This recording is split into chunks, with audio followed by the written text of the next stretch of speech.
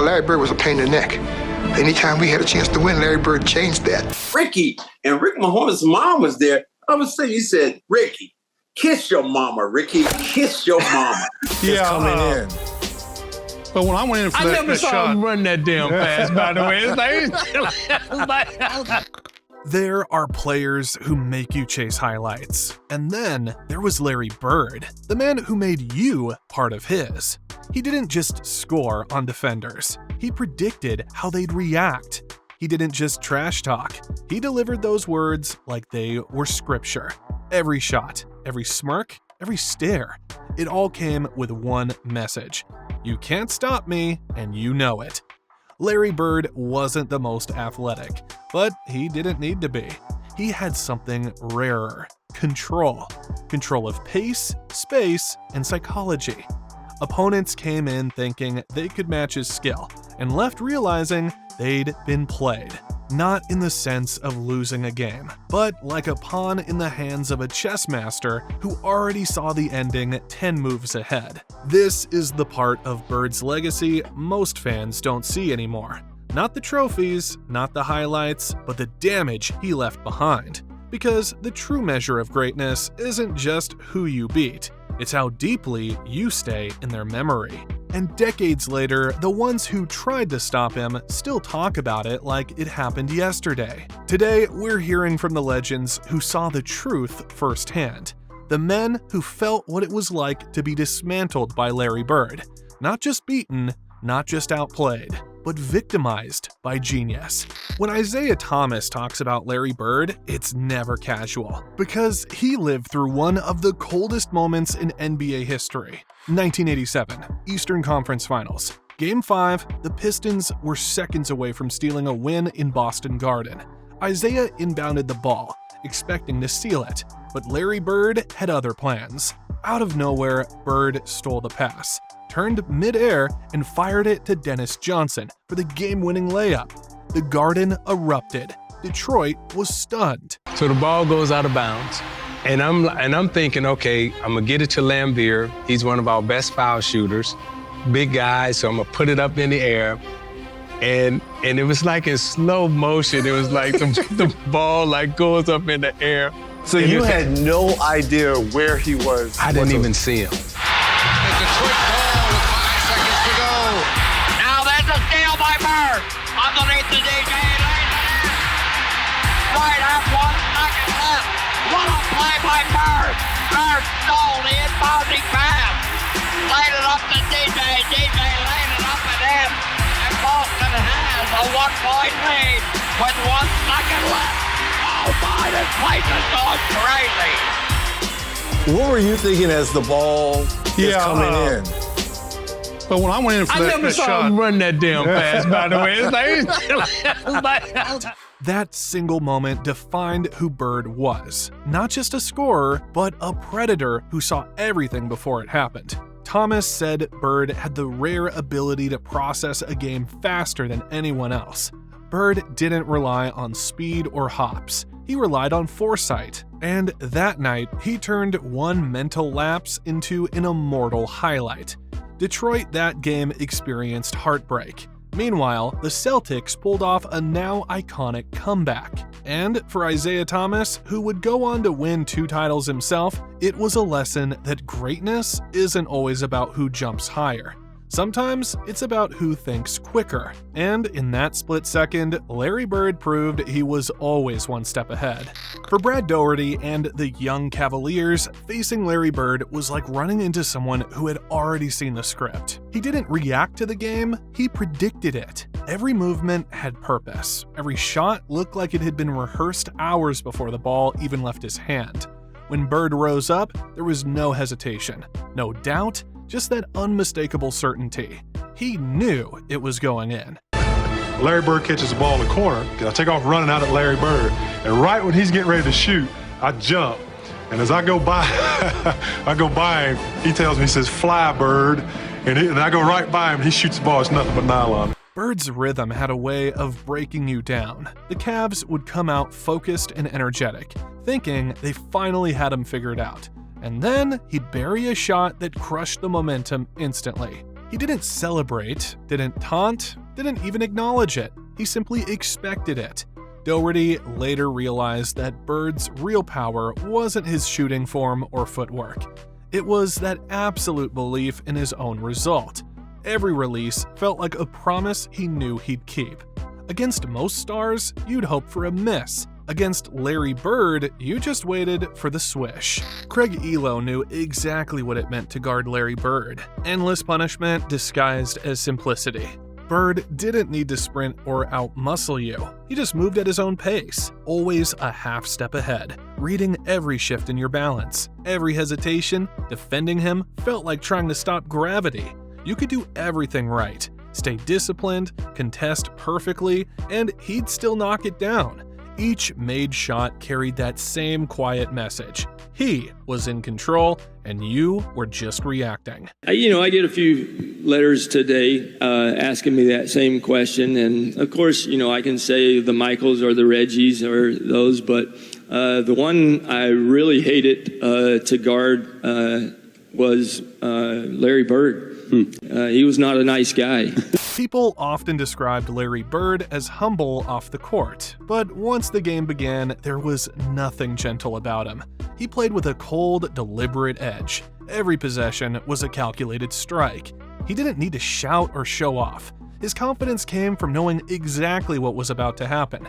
By the end, defenders like Elo weren't just beaten physically, they were mentally exhausted, questioning what else they could have done. Bird didn't just win games. He dismantled your belief that you could ever stop him, and he did it with the calm certainty of someone who already knew the outcome. James Worthy once admitted that if he had to choose between guarding Michael Jordan or Larry Bird, he'd rather take his chances with Jordan. And that says everything you need to know about Bird. Worthy explained that Jordan might physically beat you, but Bird would mentally break you. Every move he made was part of a bigger plan. Every screen, fake, or pass seemed designed to lure you one step in the wrong direction. Guarding him wasn't about athleticism. It was about survival against a mind that constantly stayed 3 plays ahead. I'd much rather guard Michael Jordan than Larry Bird because you have to play the game as a thinker when you're playing him. You have to get inside his mind. Larry wasn't quick, couldn't jump really high. But there was just some sleepless nights. Bird takes the flop. It's gone. Worthy and the Lakers built their dynasty on tempo and talent, but Bird disrupted it through patience and poise. He slowed the game to his rhythm, making every possession feel like it belonged to him. When he hit a jumper, he already knew it was good before the ball even left his hand. That quiet confidence that drained opponents faster than any dunk could. Worthy respected that most. Bird's dominance wasn't loud, it was surgical. Against Jordan, you battled a force of nature. Against Bird, you played chess against someone who already knew every move you'd make. Now, Danny Ainge had a front row seat to one of the most infamous moments in NBA history. The night Larry Bird and Julius Erving literally came to blows. Ainge still remembers it vividly. Bird had been torching the 76ers all game long, hitting jumper after jumper right in Dr. J's face. The two legends tangled, hands flew, and chaos erupted. But to Ainge, what stood out wasn't the fight itself, it was what led to it. That night was more than a brawl. It was a reminder that when Bird decided he was the best player on the court, everyone else eventually believed it too, whether they liked it or not. The big fight between him and Dr. J, where Moses were holding him back, and Dr. J was swinging. It was like so uncharacteristic of Dr. J. As you guys know, Dr. J, I mean, he's the nicest guy in the world. Definitely. But Larry had scored like 35 on him like halfway through the third quarter and was just jogging back down the court and said, "Man, you need to retire." And it was just like Dr. J lost his mind, and that's where that story had started. Ainge knew Bird better than most.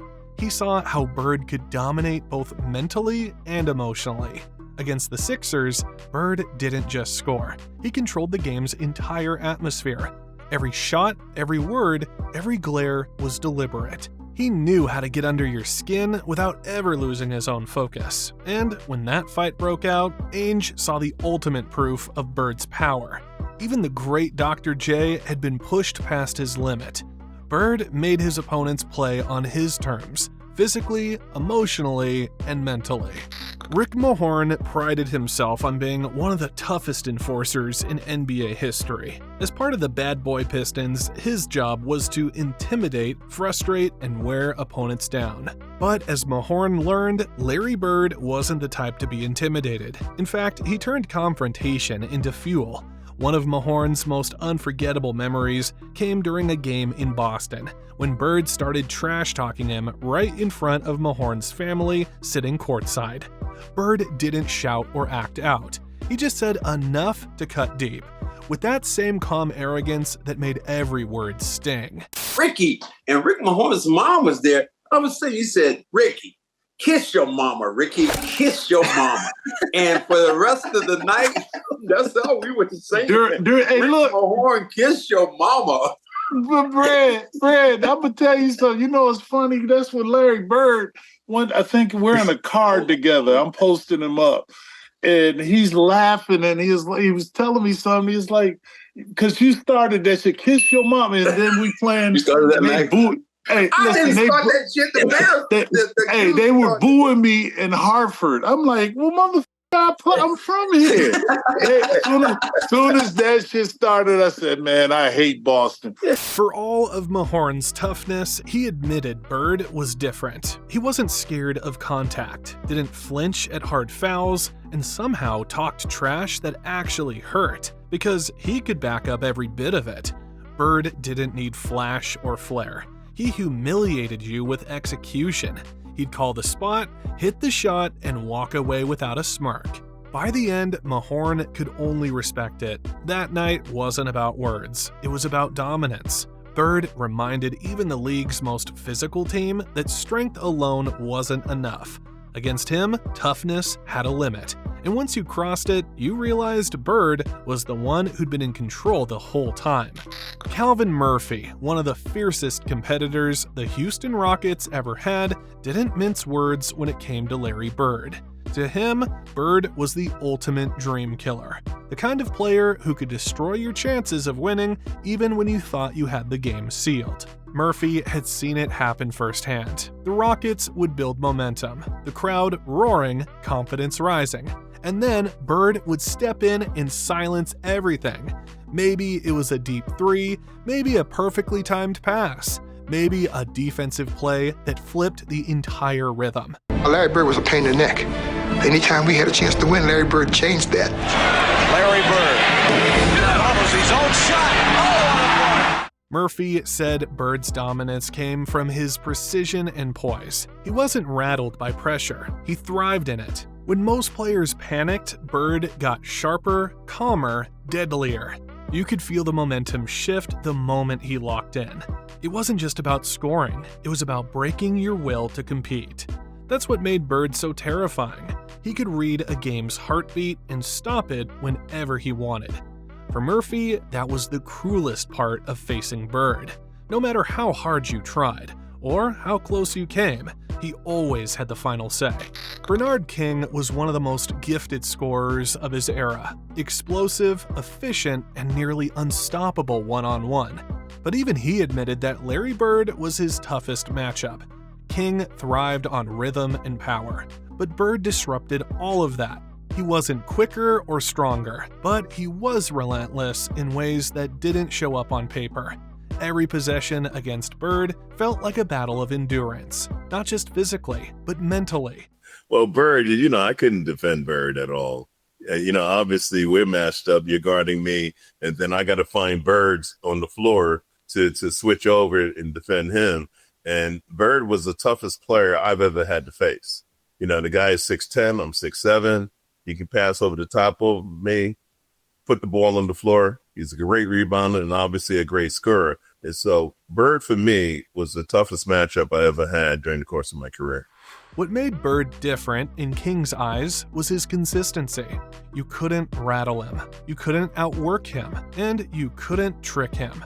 He'd take a hit, smile, and come back with the same sharp focus. hitting a jumper that you knew was good the second it left his hands. King respected that level of control, that ability to dominate without flash, to win every inch of the court by sheer intelligence and timing. Facing Bird wasn't just about defending a shooter or outscoring a forward. It was about surviving a masterclass in mental toughness. Doc Rivers will never forget the night Larry Bird dropped 60 points on the Atlanta Hawks. Not just because of the performance, but because of what it did to everyone in the arena. Rivers was on the floor watching Bird hit impossible shot after impossible shot, each one more outrageous than the last. But what made it unforgettable was the reaction of his own teammates. The Hawks bench, grown men, professional athletes, couldn't stop laughing, shouting, and celebrating as Bird buried them alive. When a guy is literally coming up the court, calling his shots, and Bird talked a lot of trash. And that's in New Orleans. That's in New Orleans. In that game, we're on the free throw line, and he literally says, left side over across the three, and you're listening to him. That's a tough feeling.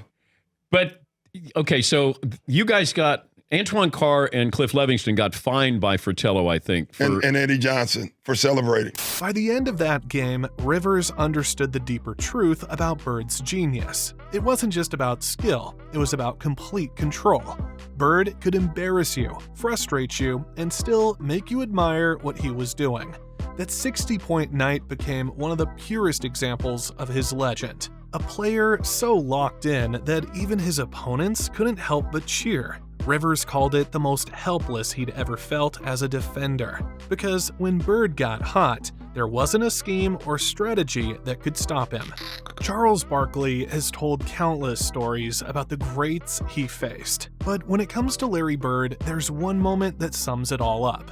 During a three-point contest in the late 1980s, Bird walked into the locker room, looked around at the league's best shooters, and simply asked, "So, who's coming in second?" Then he went out and backed it up, winning the contest without even taking off his warm-up jacket.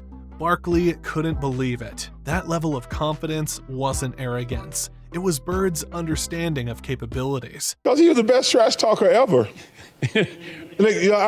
So Leon Wood was one of my teammates, and we're sitting in the locker room getting ready for the three-point shooting contest.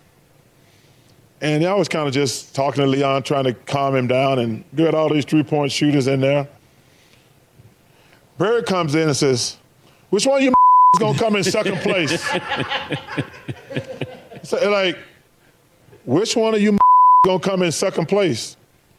So first words through the door. Which one of you gonna come in second place? Dan? It was over. I'm sitting around. Nobody said nothing. On the court, Barkley called Bird one of the most ruthless competitors he ever faced. Bird didn't just want to beat you. He wanted to prove you didn't belong on the same court. He'd call his shots, talk trash, and then drain them exactly as promised. Barkley, who prided himself on toughness and confidence, said Bird watched him in both. Only Bird did it with a calmness that made it even more infuriating. When Terrell Brandon entered the league as a rookie, one of his earliest wake-up calls came against Larry Bird. Brandon admitted he was intimidated before the game even started. This was Larry Bird, a living legend who carried himself like he owned the court. But what really stuck with Brandon was how Bird treated the matchup. When a white teammate was assigned to guard him, Bird reportedly waved it off, saying he didn't want a white guy defending him. He said, "Who's guarding me?" As we come out of timeout. Now remember, I'm a rookie because Price is out because he hurt. Right. He says, "Who's guarding me?" I says, "Craig Elo." He says, "Why you got that white boy on me?"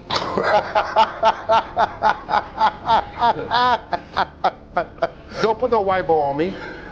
He said that was the most. Now remember, Larry Bird is white. Right. He said, "I'm gonna go over here and I'm gonna get in the corner. Dennis Johnson gonna pass it to me and I'm gonna hit the last second shot and it's over."